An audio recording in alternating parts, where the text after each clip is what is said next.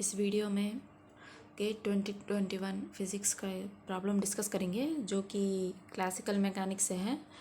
तो यहाँ पर हमें स्पेरिकल गैलेक्सी दी जाती है और स्टार का ऑर्बिटल वेलोसिटी और उसका डिस्टेंस फ्रॉम द गैलेक्सी के बीच हमें ग्राफ फंक्शन पता करनी चाहिए। तो यही है problem. So consider a spherical Galaxy of total mass m। तो जनरली हमें एक स्पेरिकल शेप्ड गैलेक्सी को सोच लेना चाहिए और उसका गैलेक्सी का टोटल मास है m। गैलेक्सी यानी कि मतलब ग्रुप ऑफ स्टार्स। तो इसमें हर एक स्टार का मास इंक्लूड हो जाता है।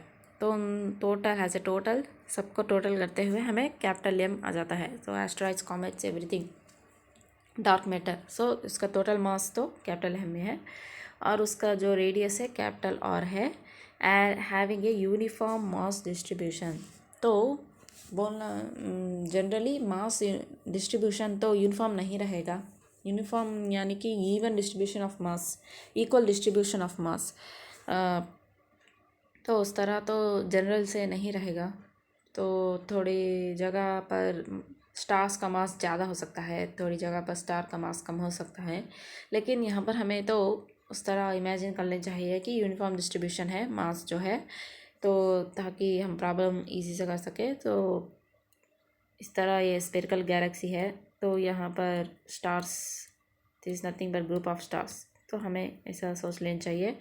तो इन दिस आइडियलाइज्ड सिचुएशन, तो ये सिचुएशन जो है आइडियलाइज्ड है क्योंकि ऐसा तो नहीं रहेगा। तो orbital speed v of A star of mass small m। तो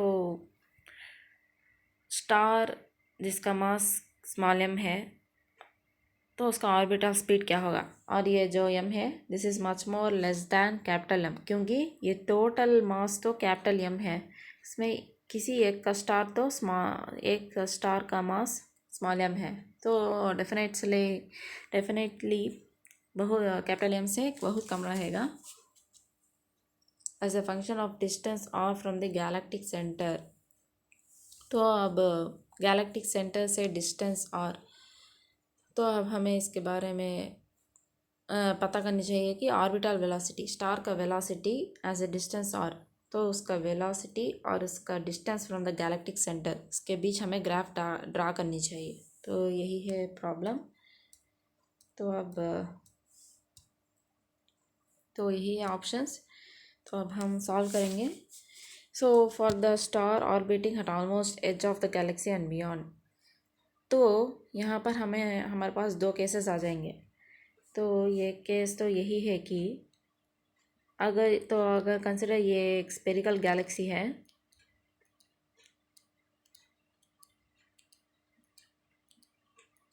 तो अगर वो स्टार हर डी एच होगा और बियॉन्ड डी एच, अगर वो गैलेक्सी के बाहर थोड़ा बाहर ही होगा तो nearly outside of the galaxy, तो उस कंडीशन में हमें क्या होता है, तो r is greater than small r is greater than capital R।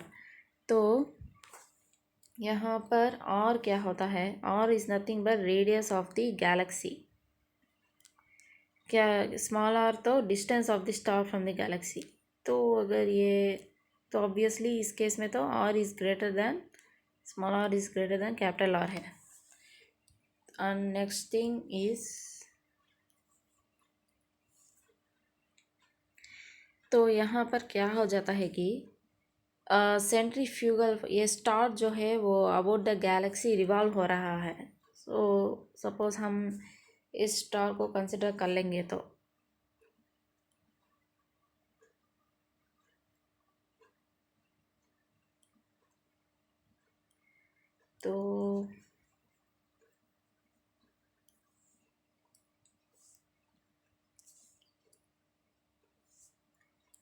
तो अगर वो स्टार को हम यहाँ पर कंसिडर कर लेंगे तो ये स्टार जो है अबाउट, तो यही है Galaxy.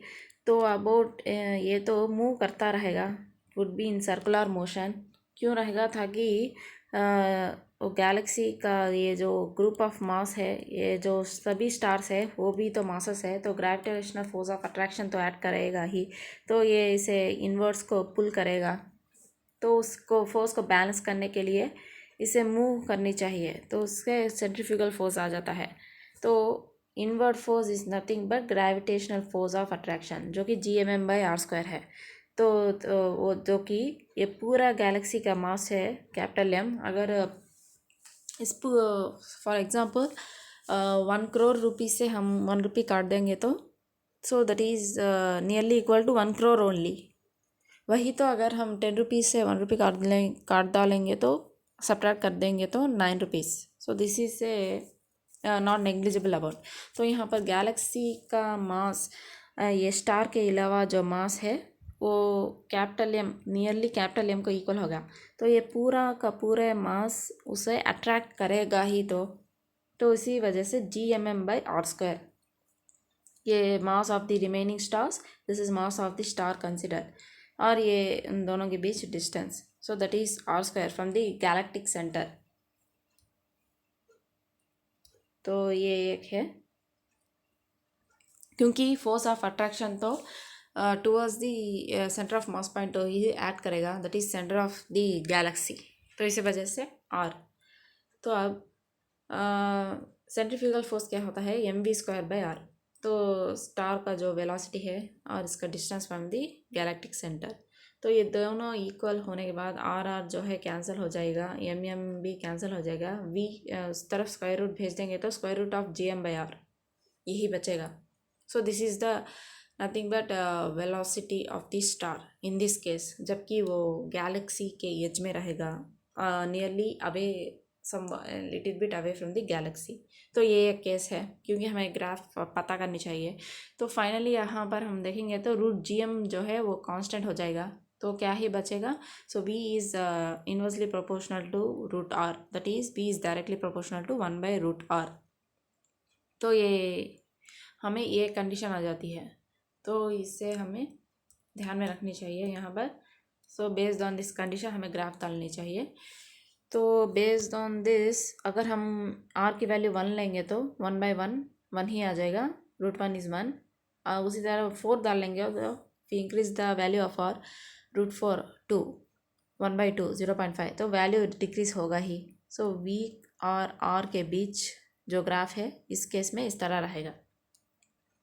Next, if the star is somewhere inside the galaxy, तो अगर वो स्टार जो है वो गैलेक्सी के इनसाइड हो तो सपोज कि वो स्टार यही है, तो ये जो गैलेक्सी के इनसाइड है स्टार, तो अब क्या हो जाता है, देन mv²/r सेम वही स्टार का ऊपर जो कोई भी सेंट्रीफ्यूगल फोर्स ऐड कर रहा हो, और इज इक्वल टू Gm'(m/r²). तो यहाँ पर m' आ जाता है, क्योंकि अब इस स्टार को ये जो अंदर का पार्ट है यही स्टार्स तो उसके अट्रैक्ट करेंगे, because here the gravitational force acts towards the centre of the galaxy.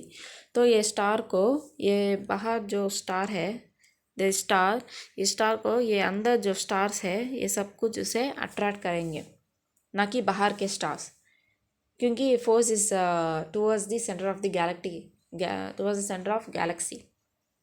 तो हमें उन सभी स्टारों का मास ले लेना चाहिए, ना कि stars outside this mass this star. तो उनका मास जो है वो m' है।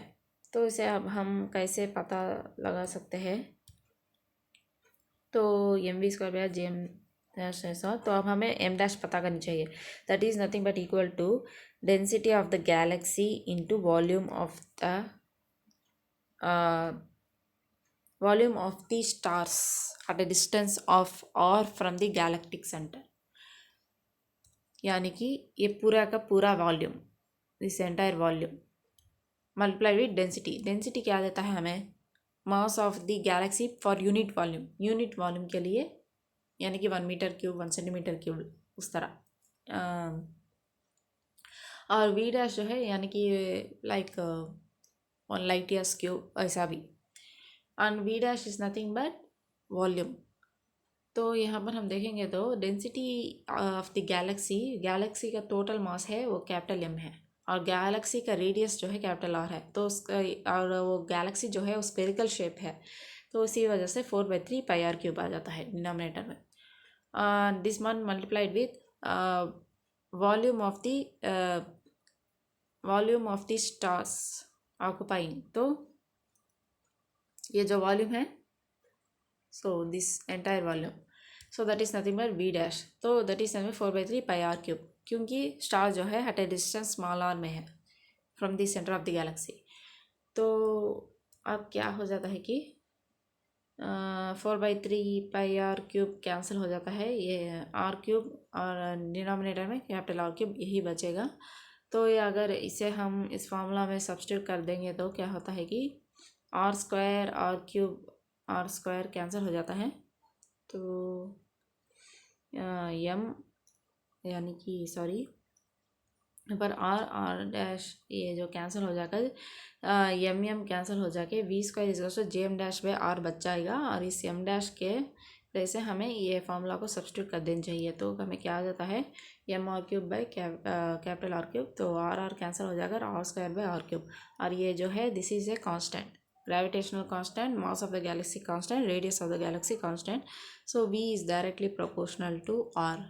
तो ये जो कंडीशन है when r is less than capital R, यानी कि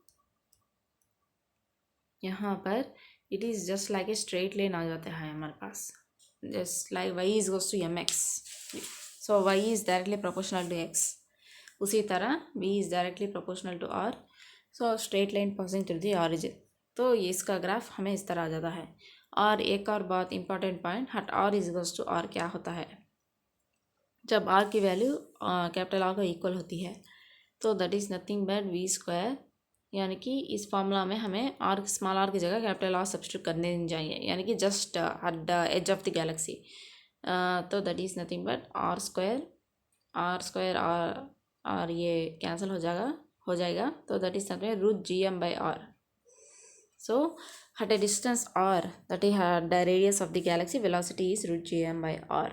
तो based on this कौन से फार्मूले कौन सा ग्राफ सेटिस्फाई करेगा कि, तो ये graph at a distance r less than capital R, तो स्ट्रेट लाइन हमने अभी डिराइव किया था, distance r less than capital R straight line, और at a distance greater than R, ये तो इस तरह का ग्राफ आ जाएगा जो कि हमने जिसे अभी पता लगाया। तो this is the graph. So at a distance और √GM/r वो भी तो हमने फाइंड आउट किया। तो इसका ऑप्शन तो करेक्ट ऑप्शन तो ये है। तो यही है प्रॉब्लम। तो थैंक यू।